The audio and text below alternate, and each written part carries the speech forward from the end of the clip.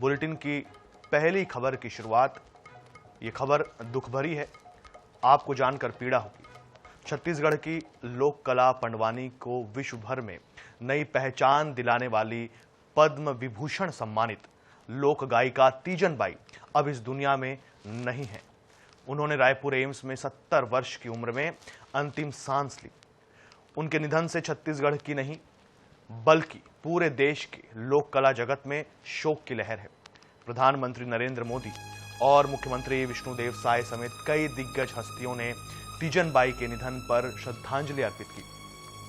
पंडवानी को विश्व मंच तक पहुंचाने वाली तीजन बाई का जाना भारतीय लोक संस्कृति के लिए अपूरणीय क्षति है।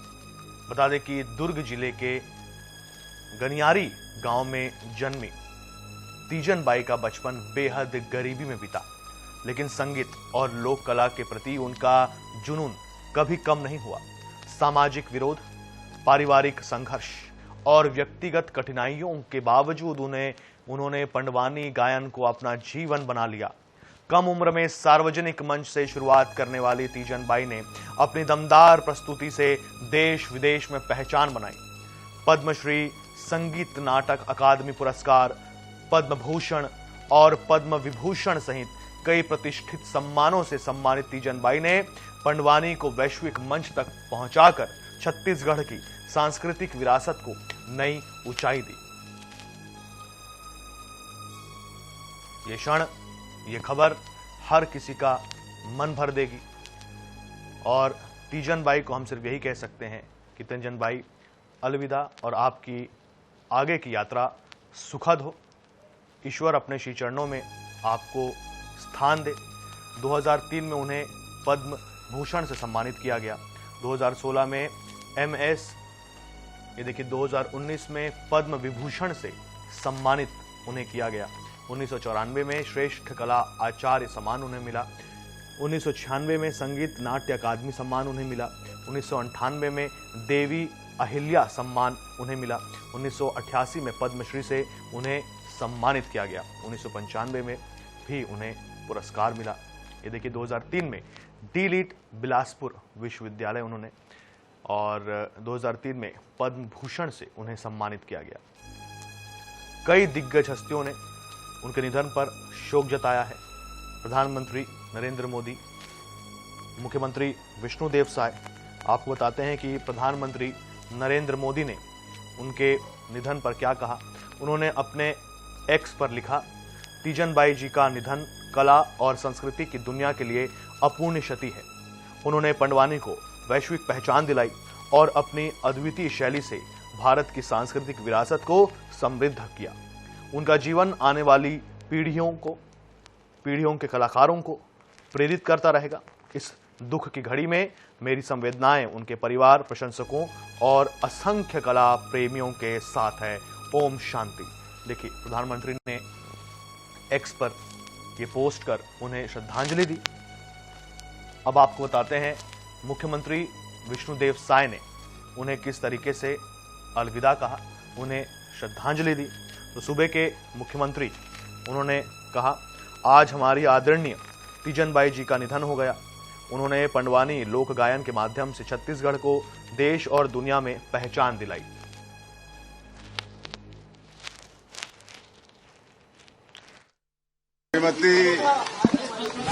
श्रीमती तीजन बाई हम लोगों के बीच नहीं रही।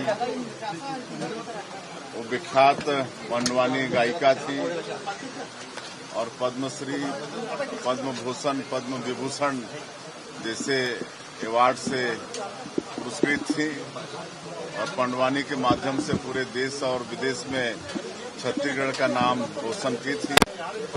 उनको विनम्र श्रद्धांजलि अर्पित करते हैं।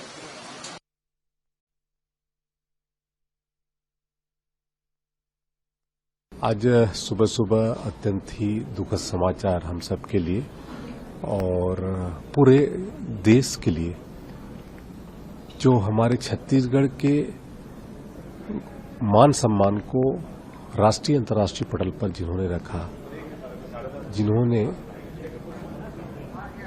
पंडवानी का महत्ता और उसको छत्तीसगढ़ से निकाल करके राष्ट्रीय और अंतर्राष्ट्रीय स्तर वैश्विक पटल पर रखने का काम किया।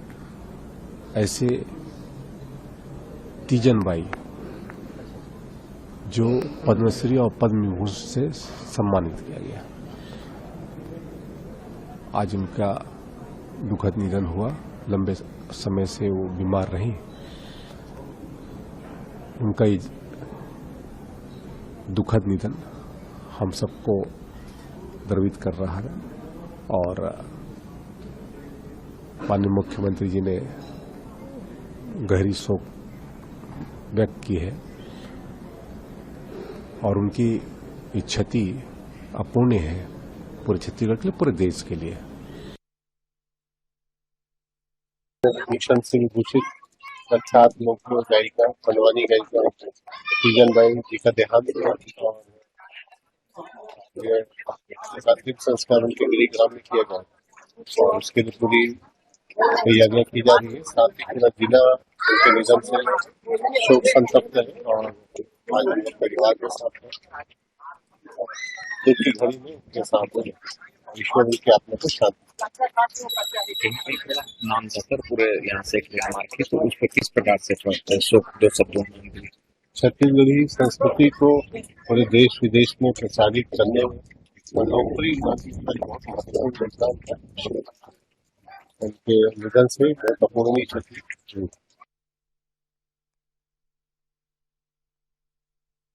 भूषण से विभूषित प्रख्यात लोकप्रिय गायिका।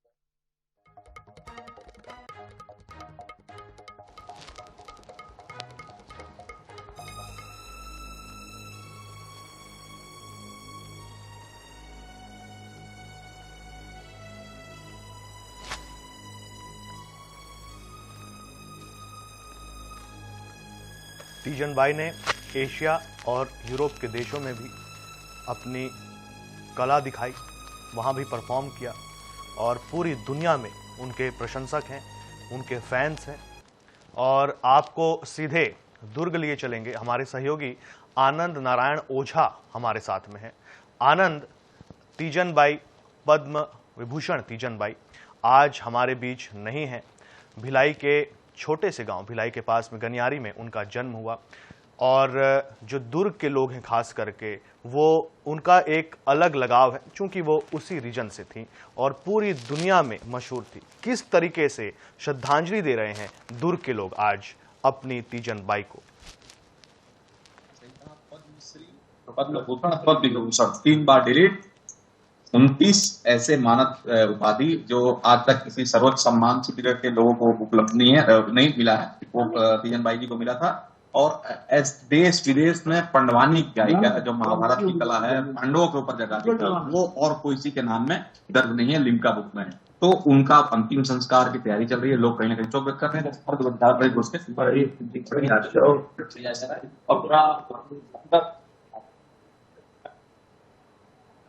वो तैयारी शुरू हो गई है। कलेक्टर साहब को देख पा रहे हैं, कलेक्टर साहब खड़े हैं, एसपी साहब खड़े हैं और घर के अंदर पर भी घुस के दिखा दो। घर के अंदर का आपको हम दिखा रहे हैं माहौल, किस प्रकार से घर में तैयारी की जा रही है। गनियारी गांव है पाटन क्षेत्र के, साथ में महापौर जी आ रहे हैं, जो तमाम ऐसे नेता, राजनेता, अधिकारी यहाँ पर शोक व्यक्त कर रहे हैं कि इतनी एक महान शख्सियत जिसका कहीं ऐसे वक्त में चल जाना कहीं ना कहीं, और ये कहा जाता है प्रकृति भी अपना उनको शोक व्यक्त कर रहा है कि लगातार जब से गई है तब से यहाँ बारिश भी हो रही है, तो उनकी भरपाई नहीं की जा सकती है। भिलाई इस्पात संघ की कर्मचारी थी, एक छोटे से गांव से यहाँ पर निकली और राज्य, राष्ट्र और अंतर्राष्ट्रीय स्तर के 29 देशों में, जिनको 29 राष्ट्राध्यक्षों ने उनका सम्मान किया था पंडवानी गायिका के लिए। तो ऐसे जो नाम दर्ज है तीजन बाई के, वो है उनके नाम में। भिलाई इस्पात संयंत्र ने उनको बतौर एक सम्मान के तौर पे नौकरी दी थी कि आप गाना गाते रहिए, पंडवानी का नाम करते रहिए और हम आपको कहीं ना कहीं सम्मान देते रहेंगे। तो भिलाई इस्पात संयंत्र कर्मचारी भी रही है। सेक्टर 9 में इलाज उनका चला पिछले 3 वर्षों से।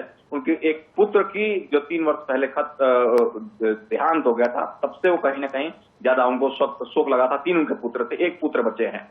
तब से वो उनका बोलना चाहना, परिवार के लोगों का कहना है कि तब से वो उनको लकवाग्रस्त हो गई थी। उनका इलाज चला सेक्टर 9 में, उसका एम्स में इलाज चला।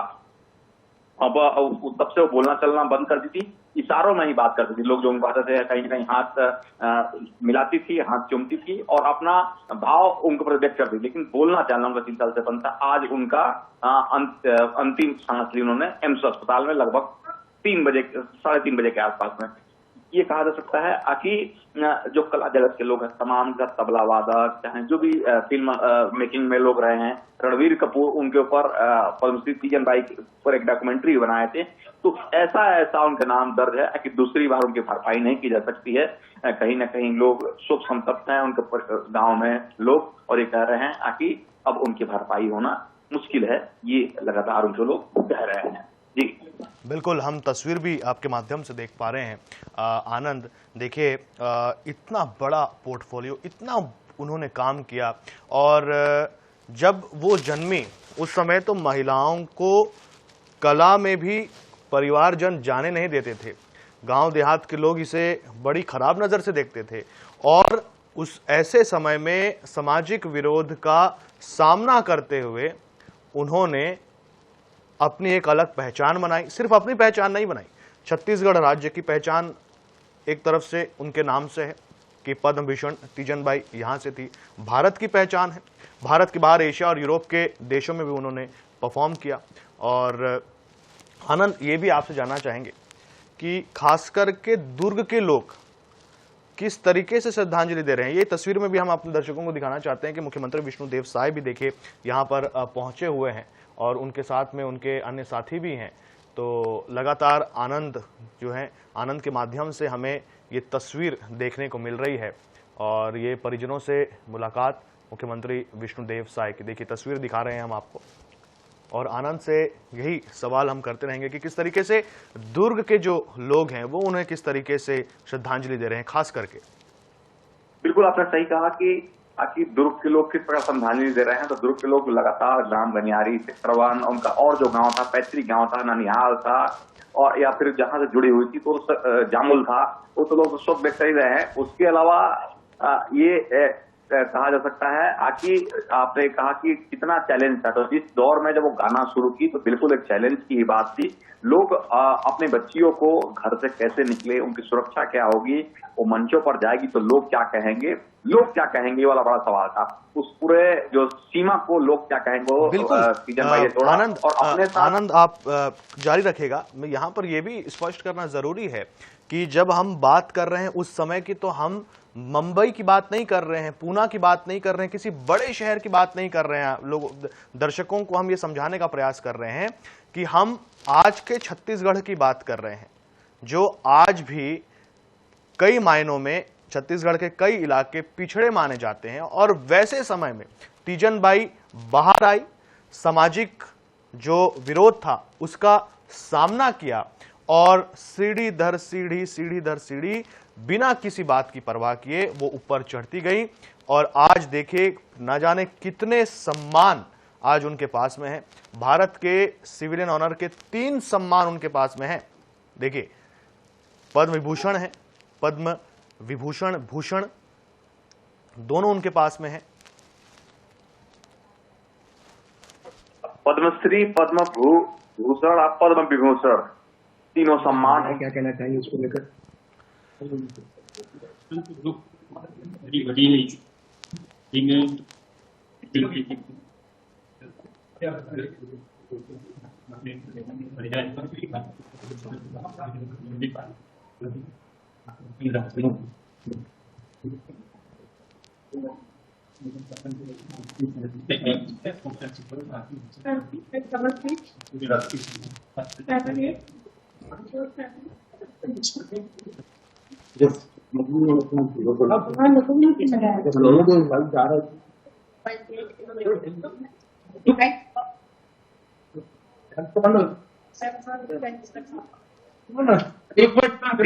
के ले लेते हैं।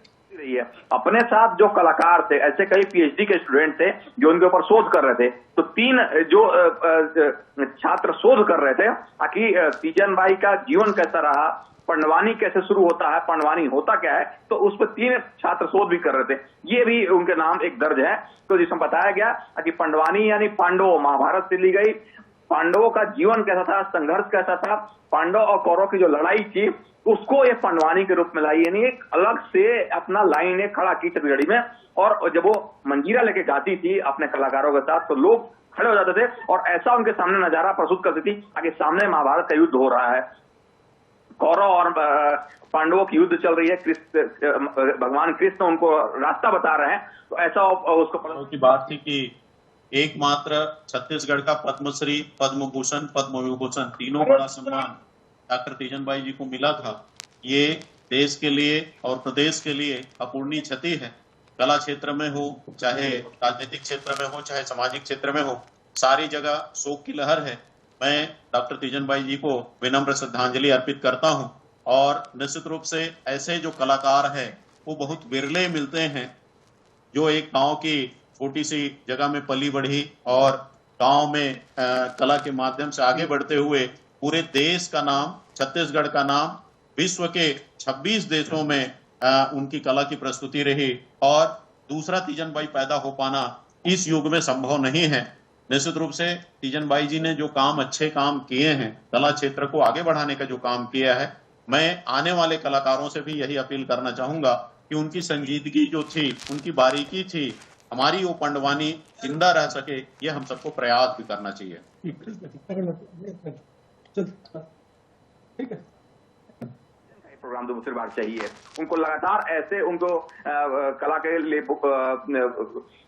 सरकार द्वारा या जो अन्य लोग करवाते हैं उनको लगातार इतने कार्य देते थे कि कार्य कर भी नहीं पाती थी और नए कलाकारों को काम दे देती थी। ये भी एक उनका महान व्यक्तित्व कहा जा सकता है कि नए कलाकारों को काम खुद दे देती अपने काम को आए हुए, ताकि नए कलाकार भी आगे बढ़ सके। जी बिल्कुल। तो देखिए, मतलब कि आप कह रहे हैं कि जो नए कलाकार होते थे उनको पता था कि क्षेत्र में शुरुआत में स्ट्रगल करना पड़ता है या फिर हमेशा स्ट्रगल करना पड़ता है, क्योंकि तीजन बाई, डॉक्टर तीजन बाई, पद्म विभूषण तीजन बाई को जब हम उनकी जीवन को देखते हैं तो उनका संघर्ष आनंद ऐसा नहीं था कि जब उन्हें सम्मान मिलने लगा तो उनका संघर्ष खत्म हो गया। जब तक वो जीवित रहीं तब तक वो संघर्षरत रहीं। हालांकि उसके बाद भी कभी भी उन्होंने पीछे मुड़कर नहीं देखा, कभी भी थकी नहीं और लगातार सीढ़ी चढ़ती गई और आज उनके जो रिकॉर्ड्स हैं वो हम देख पा रहे हैं। और आनंद, ऐसे व्यक्ति को अगर ये कहा जाए कि ये व्यक्ति खुद में एक विश्वविद्यालय था, खुद में एक यूनिवर्सिटी था, तो ये गलत नहीं होगा। बिल्कुल, खुद में एक विश्वविद्यालय था और एक रिसर्च सेंटर था। आज के थोड़ा मॉडर्न युग के हिसाब से अगर फेलोशिप के जो छात्र कहते हैं या फिर जो रिसर्च के छात्र कहते हैं तो उन जिन पे रिसर्च होना चाहिए। हमने जैसे पहले बताया कि 3 ऐसे पीएचडी करने वाले छात्र हैं जिनको शोध कर रहे थे कि कहाँ से वो की है। तो बिल्कुल आपने सही कहा कि वो विश्वविद्यालय थी, एक शोध संस्थान थी जिसके ऊपर शोध होते रहना चाहिए। कब से वो शुरू की भाई, जब तक पंडवानी तीजन बाई के आने के बाद लोग कोई समझा कि पंडवानी भी कुछ होता है। इससे पहले तो लोग रामायण महाभारत पढ़ते थे, एक पार्ट को मतलब जीवन भर गाद देना, एक ही पार्ट को मतलब महाभारत के रामायण महाभारत से लेके पांडवों के जीवन को मतलब एक साथ 30 दिन में, और भी एक दिन में एक मंच नहीं था, एक दिन में आपको सुबह अलग मंचन कर रहा है, दोपहर को अलग मंचन कर रहा है, रात को अलग मंचन कर रहा है। उस कला को निभा देना अपने आप में कहीं नहीं ख्याति वाली बात थी। तो बिल्कुल एक शोध संस्थान थी ही, बिल्कुल विद्यालय थी वो, और लोगों को बताती थी कि आप किसी भी चीज को दृढ़ता से करें तो गरीबी कोई चीज नहीं होती है, आप आराम से कर सकती हैं। बिल्कुल, ये सही बात है कि उन्होंने लगातार उन्होंने काम किया और आज उनका निधन हो गया है। आनंद, फिलहाल इस जानकारी के लिए, इन तस्वीरों को हम तक पहुंचाने के लिए आपका बहुत धन्यवाद।